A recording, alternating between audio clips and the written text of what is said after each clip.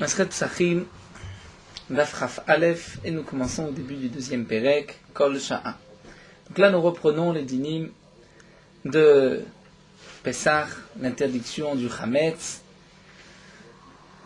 Et nous allons retrouver aussi la marloquette entre Rabbi Meir et Rabbi Yehuda que nous avons vu à la fin de notre Pérek. La Mishnah nous dit Kol Sha'a shemutar le'echol ma'achil. Toute heure, tant qu'on peut, chez Mutar Lechol, qu'on a le droit de manger, c'est-à-dire qu'il n'y a pas encore d'interdiction de consommer du Chametz, eh bien, Ma'achil le Be'ema, tu pourras donner aussi, l'homme pourra donner à manger à sa bête, les Chaya, sa bête sauvage, un chat par exemple, Veléophot, et à des oiseaux. Effectivement, on ne comprend pas très bien la Mishnah, quel est le chidouche. Si je peux manger, il est évident que je peux donner aussi à manger à ma bête. Rashi déjà nous explique que le chidouche de la Mishnah, c'est le diouk, ce que je peux en déduire. C'est-à-dire, quand tu peux toi manger, tu peux donner à manger. Mais lorsque tu ne peux pas manger, tu ne pourras pas non plus donner à manger, c'est-à-dire tu n'as pas le droit d'en tirer profit, comme nous allons le voir dans la Gemara. Donc la Mishnah nous a dit, tant que l'homme peut manger, il peut donner aussi à manger à sa bête. Ou mocher le nochi, il peut vendre à un non-juif. Nous verrons aussi quel est le chidouche.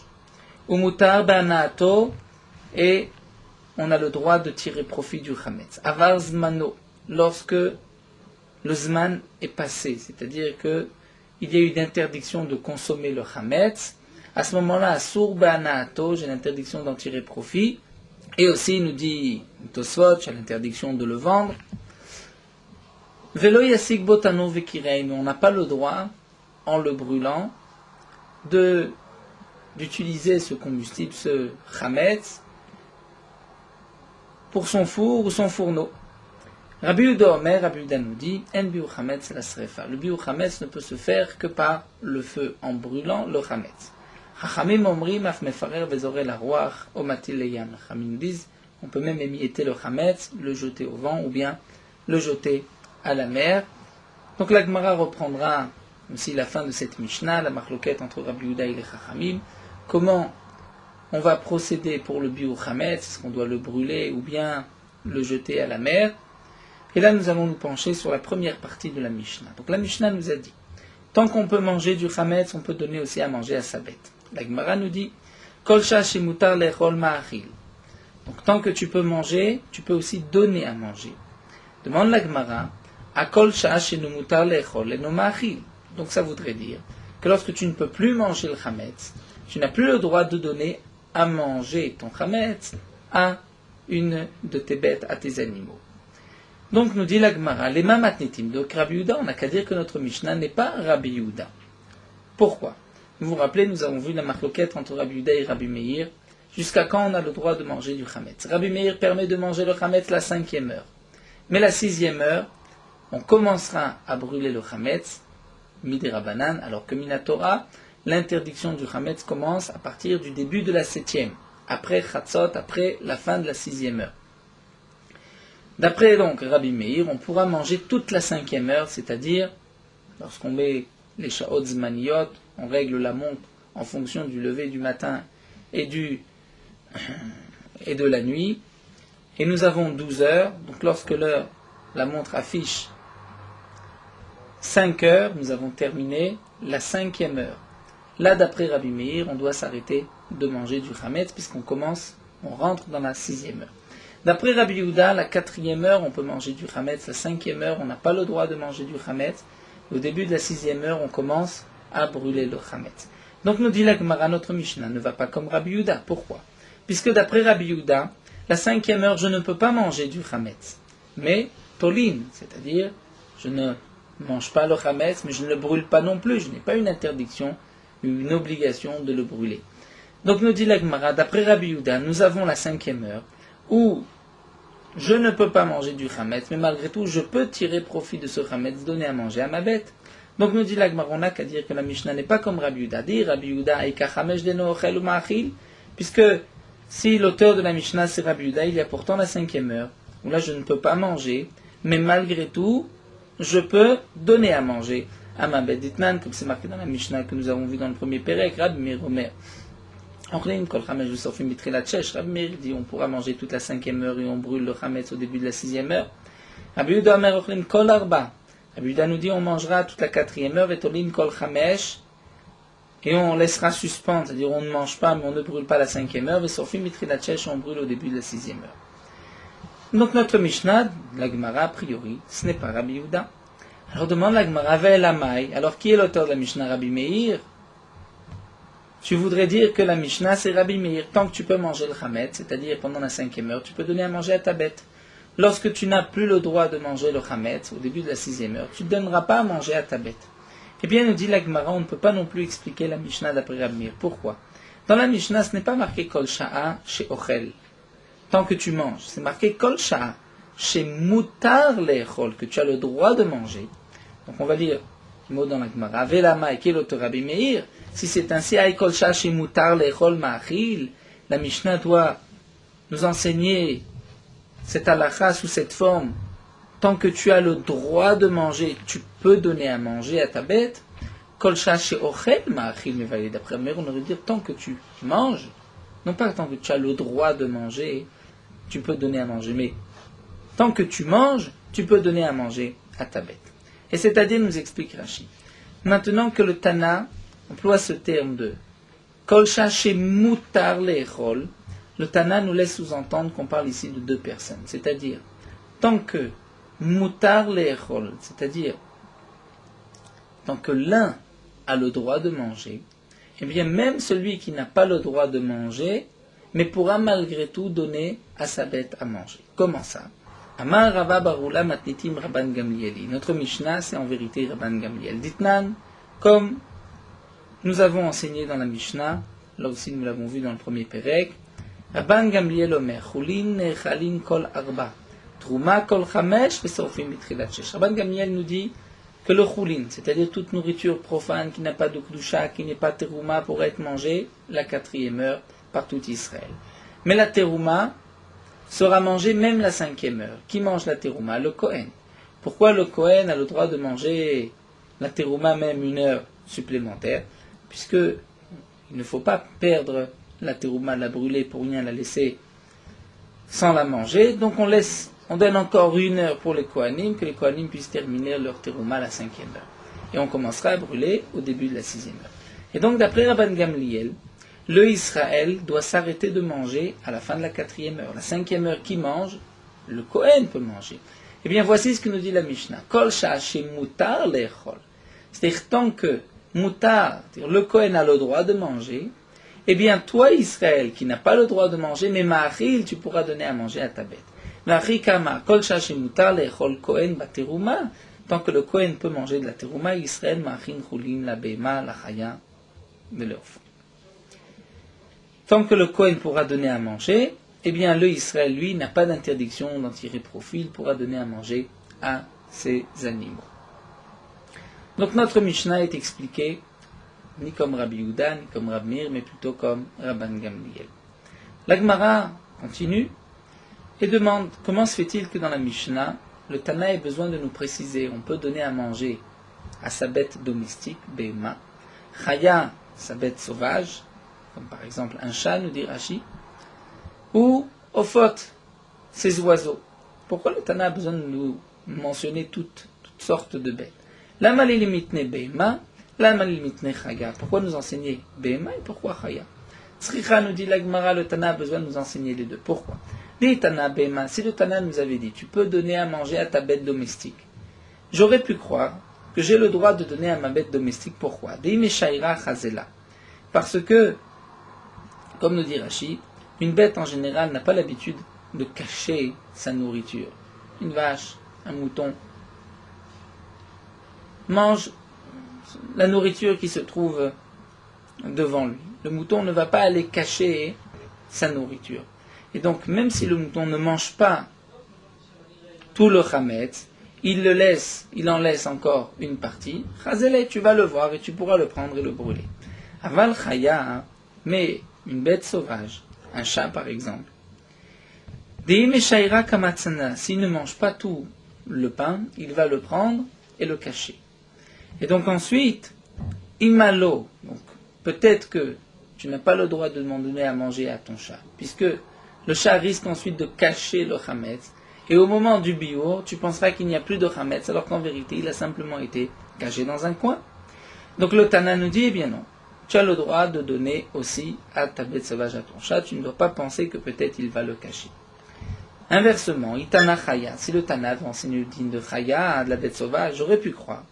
Mishom de Meshaira Miyat Metzana. C'est vrai que le chat peut-être va laisser un morceau de chametz, mais s'il le laisse, il va le cacher. Et donc s'il le laisse et qu'il le cache, donc tu ne l'as pas devant les yeux. Aval Behema, mais une bête domestique, Zinim de Meshaira Velo Masikadate. Peut-être que la bête va laisser du pain, et tu ne vas pas penser à regarder est-ce que la bête a fini ou pas.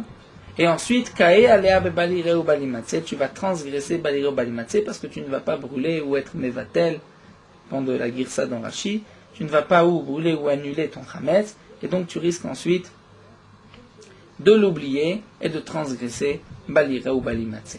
Donc j'aurais pu croire imalo que tu n'as pas le droit de donner à ta bête domestique. Donc Kamashmana, le Tana dit, tu peux donner ta bête domestique et tu peux donner aussi à ta bête sauvage. On ne craint pas que les animaux vont laisser une partie du chametz et que tu ne vas pas le retrouver ou t'en rendre compte. Ofot la Mali. Pourquoi le Tana nous rapporte aussi le din des ofot des oiseaux? Eh bien, puisque Aïdé de Tane Bema Vechaya Tananame Ofot. En vérité, c'est vrai que pour l'oiseau, il n'y a aucun chidouche, mais puisque le Tana a rapporté le din de la Bema et de la Chaya, il marque aussi Ofot, puisque souvent dans le chasse on trouve Bema, Chaya et Ofot. Donc nous avons vu la première ligne de la Mishnah. Lorsque tu peux manger du chametz, tu peux donner à manger à ta bête, et nous avons expliqué, lorsque même le Kohen, même un autre peut manger, c'est-à-dire à la 5e heure, le Kohen peut manger de la terouma, toi Israël, tu pourras donner à manger du choulin à tes animaux. Donc dans la Mishnah, c'est marqué où mocher le nochi, on peut vendre le chametz aux non-juifs, ça veut dire à la 5e heure, puisqu'il n'y a pas d'interdiction d'en tirer profit. Pshita demande la Gemara, c'est évident que tu as le droit. La Gemara répond la Fukima et Tana, on vient exclure ce Tana. Des Tanya, nous avons une braïta qui dit Bet Shammai Yomrim, Bet Shammai nous disons Imkor Adam Chemtso Lenochi. Un homme n'a pas le droit de vendre son chametz à un non-juif, et la Imken Yodea Bosh Ichle Kodem Pesach. Sauf si je suis sûr que le non-juif va terminer tout mon chametz avant Pesach. Mais vendre veille de Pesach tout mon chametz à un non-juif, Bet Shammai nous dit je n'ai pas le droit. Pourquoi? Puisque Rashi nous explique d'après Bet Shammai, la mitzvah c'est d'enlever, d'anéantir le chametz et ne pas simplement changer de propriétaire, mais que le chametz reste chez un non-juif.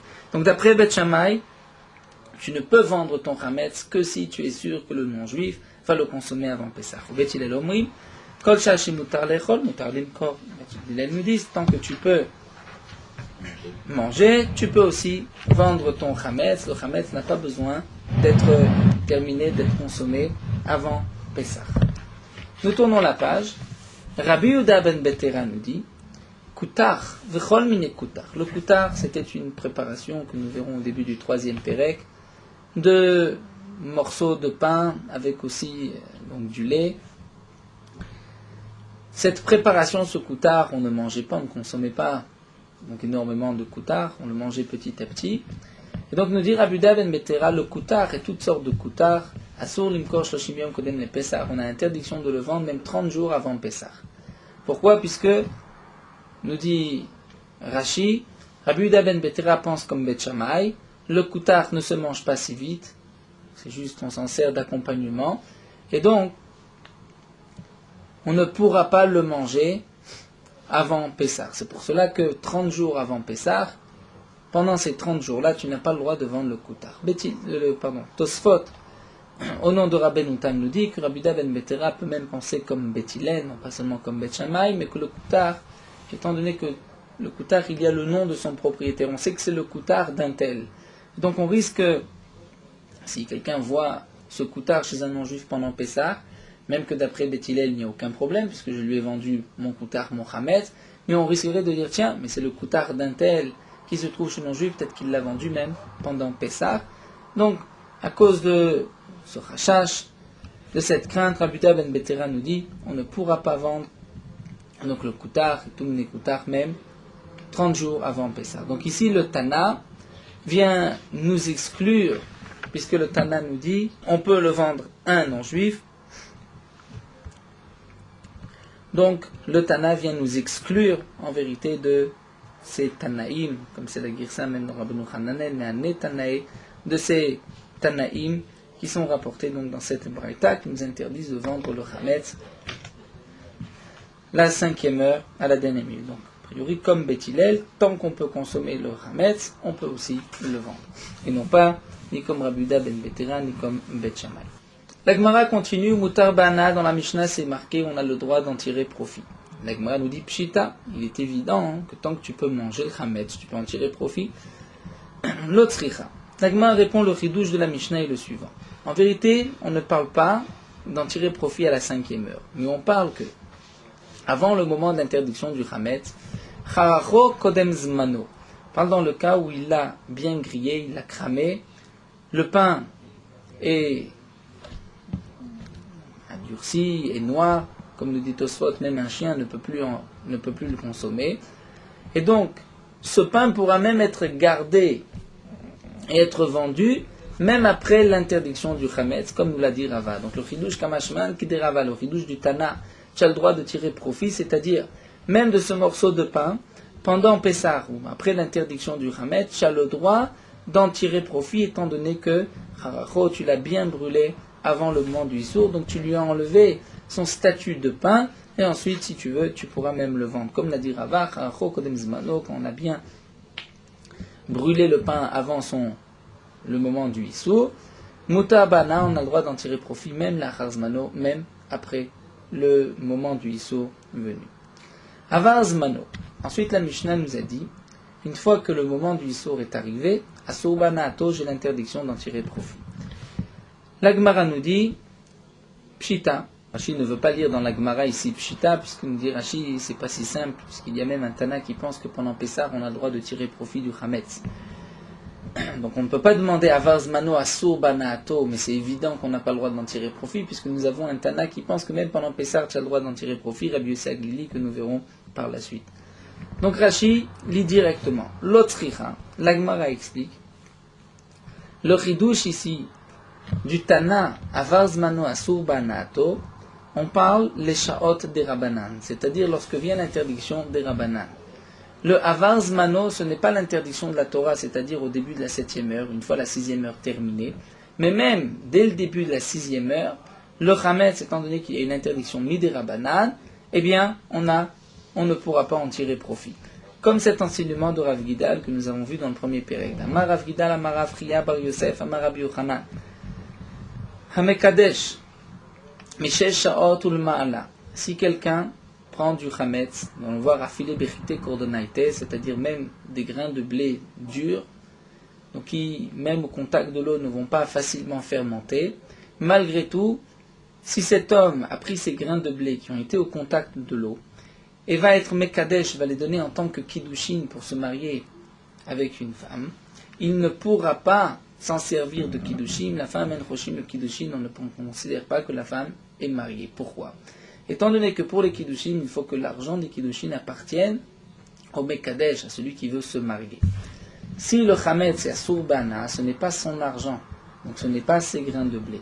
Eh bien, Rabbi Yochanan nous dit, au début de la 6e heure, étant donné qu'il y a une interdiction Midera Banan, même du blé Kordonaïté qui est dur, vient de cet endroit, et donc c'est peut-être un Hachash lointain que ce blé est Hametz, et bien malgré tout on dit qu'il est Hametz, et entre Shim et Klushim, la femme n'est pas Mekoudeshet, puisque le Hametz est une interdiction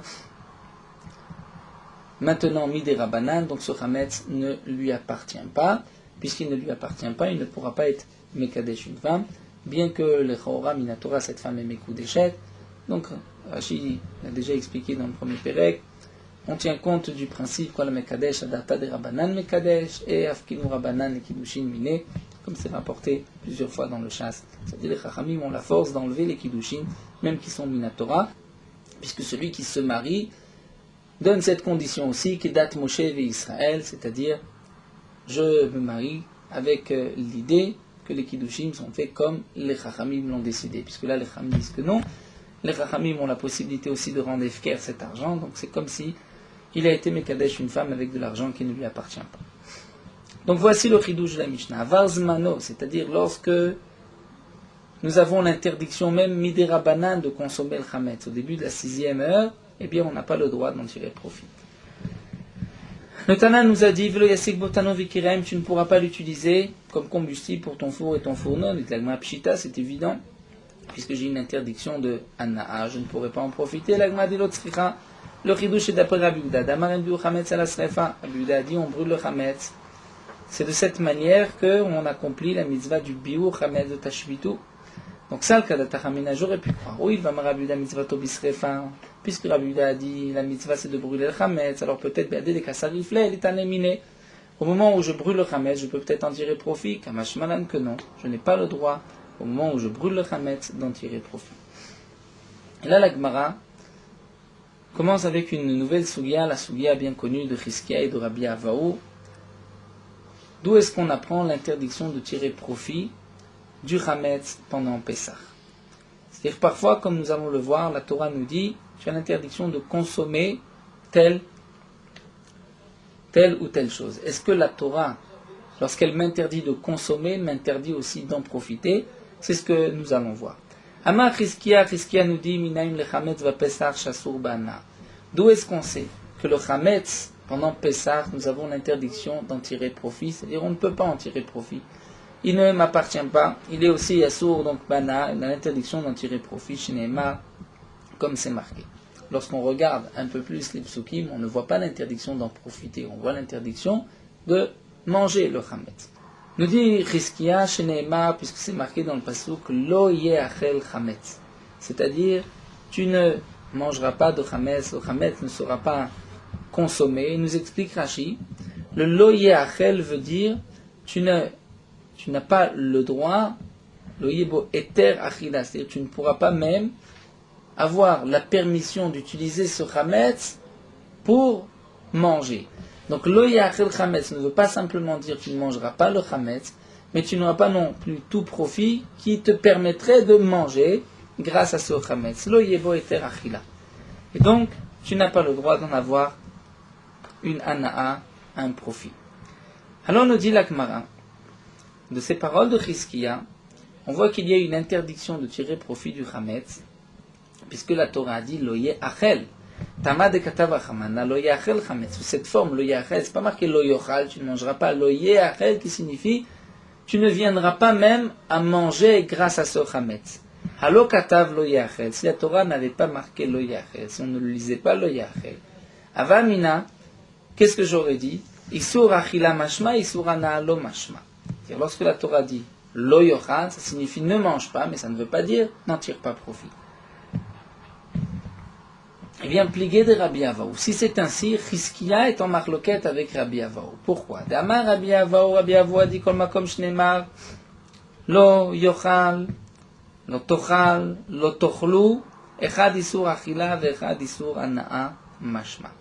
Rabbi Avaou nous dit chaque fois que la Torah nous dit lo yachad, tu ne mangeras pas, mais ce ne sera pas mangé, tu ne mangeras pas, vous ne le mangerez pas, toutes ces formes d'interdiction, c'est pas seulement l'interdiction de consommer, mais aussi l'interdiction d'en tirer profit. Tant que la Torah ne te marque pas le contraire, tant que la Torah ne précise pas le contraire, ne te dit pas, mais ça tu as le droit d'en tirer profit.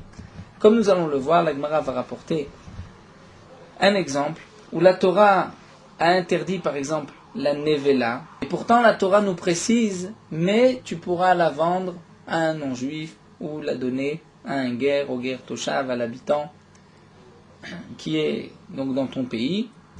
Donc pourquoi la Torah a besoin de préciser, mais tu pourras vendre la nevela? La Torah ne m'a interdit que d'en tirer profit. Donc nous dit Rabbi Avaou, si la Torah n'était pas venue nous dire tu peux vendre par exemple la nevela, donc je n'aurais pas eu le droit de vendre la nevela. Donc je vois que l'interdiction l'otochlo kol nevela inclut aussi l'interdiction d'en tirer profit. Donc d'après Rabbi Avaou, chaque fois que la Torah m'interdit de consommer, ça signifie aussi l'interdiction d'en tirer profit. Donc Chizkia ici nous a dit, j'apprends l'interdiction d'en tirer profit du chametz, c'est marqué lo yachel. Mais si c'était marqué simplement lo yochal, donc là, Chizkiya n'aurait pas pu en déduire un Issour Ana'a d'en tirer profit. Donc nous voyons bien que Rabbi Avaou n'est pas d'accord, Chizkiya n'est pas d'accord avec Rabbi Avaou. Maintenant nous allons développer ce Rabbi Avaou. Plié de Rabbi Avaou, d'Amar Rabbi Avaou a dit, donc nous allons voir que d'après Rabbi Avaou, chaque fois que la Torah nous dit tu ne mangeras pas, ça signifie aussi tu n'en tireras pas profit. Kol makom sheneemar lo yochal lo tochal lo tochlu, tu as l'interdiction de le consommer, mais aussi d'en tirer profit. Hachi paret lecha katuv, jusqu'à ce que la Torah te précise le contraire, que deresh parat lecha ben nevela, comme la Torah l'a précisé au sujet de la nevela, de la bête qui n'a pas été égorgée. D'Etania, nous avons une braïta. Lo tochlu kon nevela. Vous ne mangerez pas toute nevela, toute bête qui n'a pas été égorgée. La guerre asher bisharecha titenena va'achala. Tu la donneras à manger. La guerre, c'est l'habitant, le Gertoshav, comme le précise Rashi, celui qui a abandonné Avodah Zara, mais qui mange des névélotes. Donc c'est un non-juif qui ne fait pas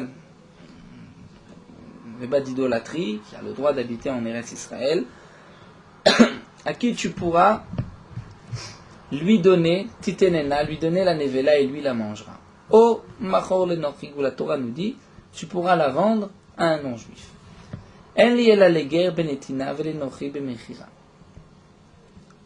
Là, nous sommes en train de voir l'explication de Rabbi Meir. Rabbi Meir nous dit dans le Passouk, la Torah me dit, tu la donneras au guerre ou tu la vendras au non-juif. Le guerre ici, ce n'est pas le converti, c'est le guerre toshav. Le converti a le statut d'un juif. Donc la Torah précise, tu la donneras au guerre ou tu la vendras à un goy. Je n'ai que au guerre à lui donner et au nochi à lui vendre. Mais la guerre b'mechira minaim, est-ce que j'ai le droit de vendre au guerre? Talmud Loma, le pasuk me dit, c'est-à-dire d'après Rab Meir, on va mettre la virgule juste après Omachor. Au lieu de dire la guerre asher bisharcha titenena, ensuite Omachor le nochi, on va dire ainsi, la guerre asher bisharcha titenena Omachor, virgule. Donc, au guerre, tu peux lui donner ou lui vendre. Ensuite, demande l'agma, maintenant la nochi benetina minaim. Est-ce que tu as le droit de donner aussi à un non-juif ou il faut seulement le lui vendre? L'agma répond, Talmud Lomar, titenena ve'achala o machor le nochi. On va mettre la virgule avant. On va dire, titenena ve'achala o machor le nochi. Donc, tu pourras la donner, il la mangera ou la vendre à un non-juif. Donc, on voit que, même au non-juif, tu as le droit de la lui donner. Nimtzet omer, donc dit Rabbi Meir. On peut en déduire, tu peux, aussi bien au guerre qu'au non-juif, donner la nevela ou bien vendre la nevela, c'est ce que nous dit Rabbi Meir. Rabbi Yehuda Omer, Rabbi Yehuda dit non, tvarim kirtavam. Comme c'est marqué, c'est ce qu'on doit appliquer. La guerre benetina, velanochi bemechira. On donnera au guerre et on vendra aux non-juifs. Mais on ne donnera pas aux non-juifs et on ne vendra pas aux guerres. Maïta Amad Rabbi Yehuda. Donc tout d'abord, nous allons développer cette braïta, ensuite nous reviendrons à notre souga. Maïtama de Rabbi Yehuda. Quelle est la raison de Rabbi Yehuda? Pourquoi Rabbi Yehuda nous dit qu'on ne peut pas donner aux non-juifs? Pourquoi on ne peut pas mettre la virgule comme l'a fait Rabbi Meir? Eh bien, nous dit Rabbi Yehuda, Isal Kadatakdam Rabbi Meir, si vraiment tu peux expliquer le passage comme Rabbi Meir, la Torah aurait dû marquer la guerre Asher Bisharecha Titenena Vachala ou Machor avec un Vav et non pas O. Puisqu'il y a un O, c'est-à-dire ou bien, le O, l'amali, qu'est-ce qu'il vient nous enseigner? C'est-à-dire que le O vient couper, il vient dire, donc tu donneras aux guerres, mais aux non-juifs, tu vendras. Shma mina le dvarim kirtavan. C'est pour cela que la Torah précise O. Sinon, la Torah aurait dû marquer avec un vav, et donc j'aurais pu être doresh, la netina et la mechira, aussi bien aux guerres qu'aux non-juifs. Ça, c'est Rabbi Yehuda. Rabbi Meir répond, le O vient nous apprendre quelque chose, vient nous apprendre l'agdim netina de guerre le mechira de nochi. Si j'ai devant moi deux possibilités, ou bien de le donner à un guerre, ou de le vendre à un non-juif, je vais choisir en priorité de le donner à un guerre. Puisque la Torah dit O, c'est-à-dire en deuxième plan. D'abord, tu donnes aux guerres. Si tu ne peux pas, alors tu le vendras aux non-juifs. Le Rabbi Yehuda. Donc Rabbi Yehuda, peut-être que le O vient nous enseigner cela. Eh bien, nous dit l'agma, non, d'après Rabbi Yehuda, pour cela, de dire que tu dois en priorité donner aux guerres, j'ai pas besoin de passer. Pourquoi? Kevan de guerre ata mitzuve la chayoto, un guerre toshav qui habite chez toi, tu as la mitzvah de le faire vivre S'il est dans le besoin, tu dois l'aider, tu dois lui donner à manger. Venochi, le non-juif, yatam et tsuvalachayoto. Tu n'as pas cette obligation. Donc il est évident que lorsque se présente à toi la possibilité de donner à un guerre ou de vendre à un non-juif, tu donneras à un guerre plutôt qu'à un non-juif. Donc l'autre sarirkra, on n'a pas besoin d'un pasouk, svaraou, ça c'est une svara. Donc nous avons ici une marloquette entre Rabbi Meir et Rabbi Yehuda. Est-ce que le pasouk vient me permettre de vendre ou de donner aux guerres et aux non-juifs, comme l'a dit Rabbi Meir, ou bien, comme l'a expliqué Rabbi Yehuda, aux guerres on lui donne, aux nochi on lui vend.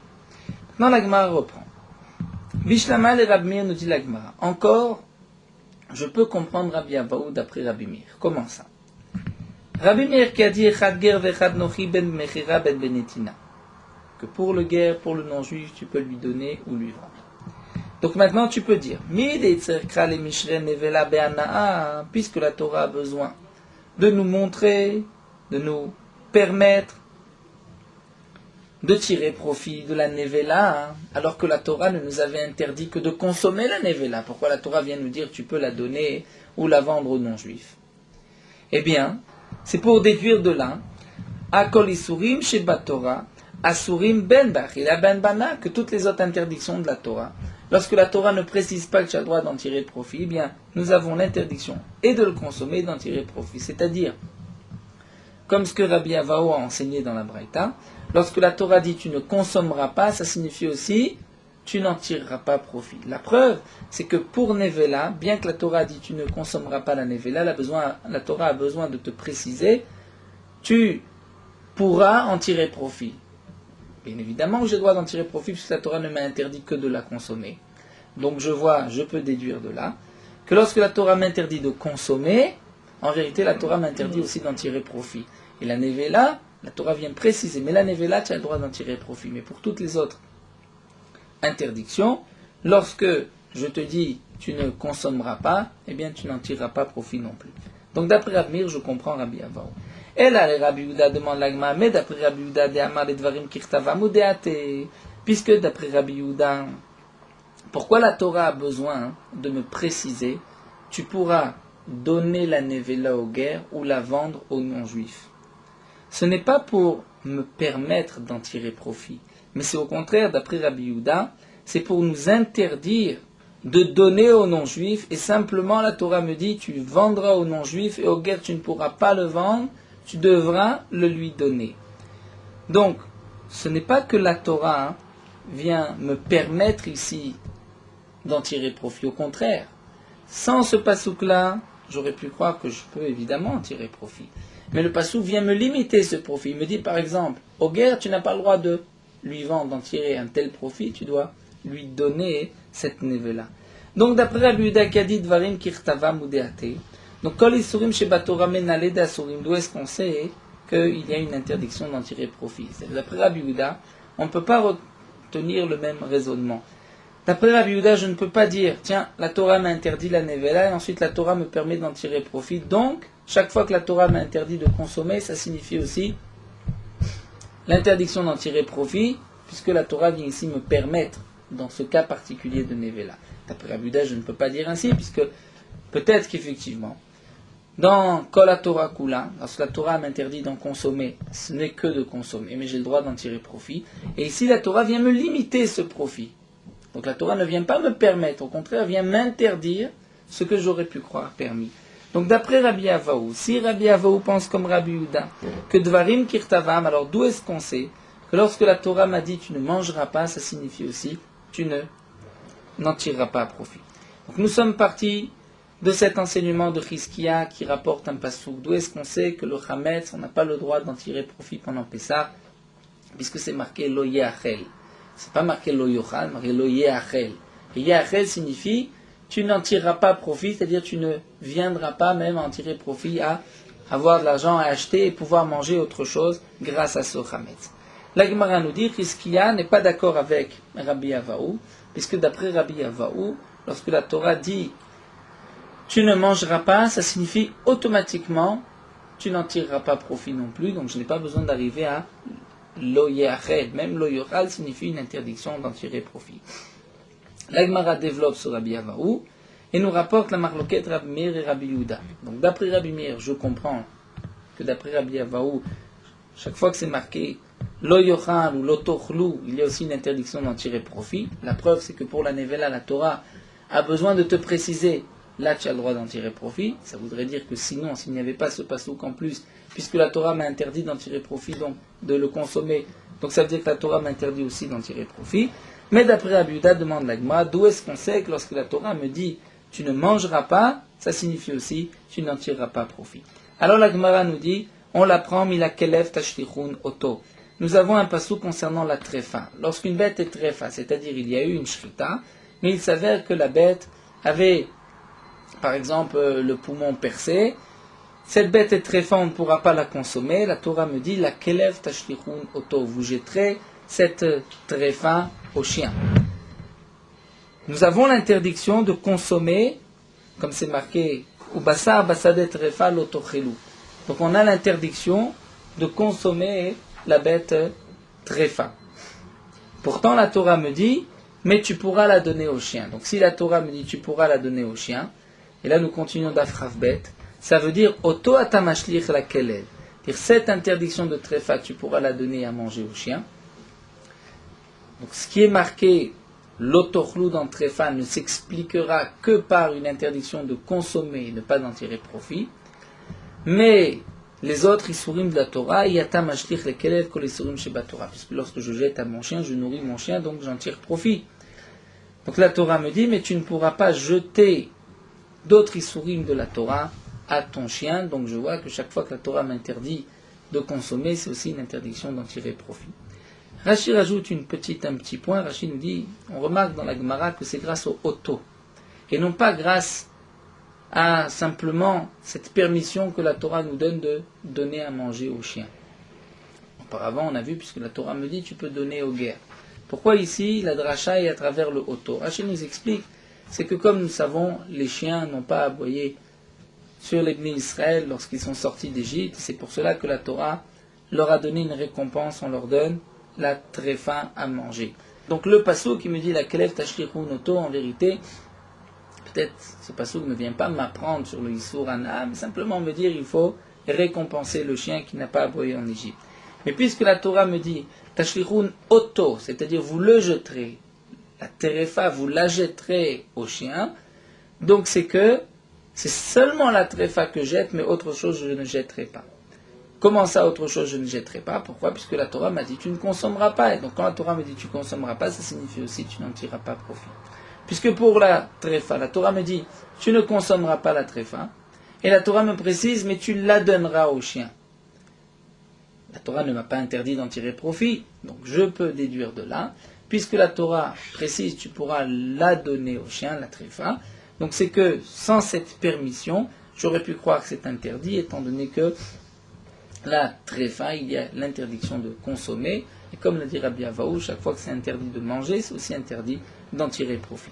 D'après Rabbi Meir, puisque nous avons vu, d'après Rabbi Meir, on peut se suffire au pasouk de Nevela, non pas de tréfa, la Gemara répond, Oto atamashlich la kelev. Le Oto vient nous dire, tu pourras jeter au chien la tréfa, via atamashlich la kelev, chulim shinishretu bazara. C'est-à-dire le pasouk vient donner un autre enseignement, que chulin shinishretu bazara, on ne pourra pas le donner à un chien. Que signifie Chulin Shinishretu Ba'azara?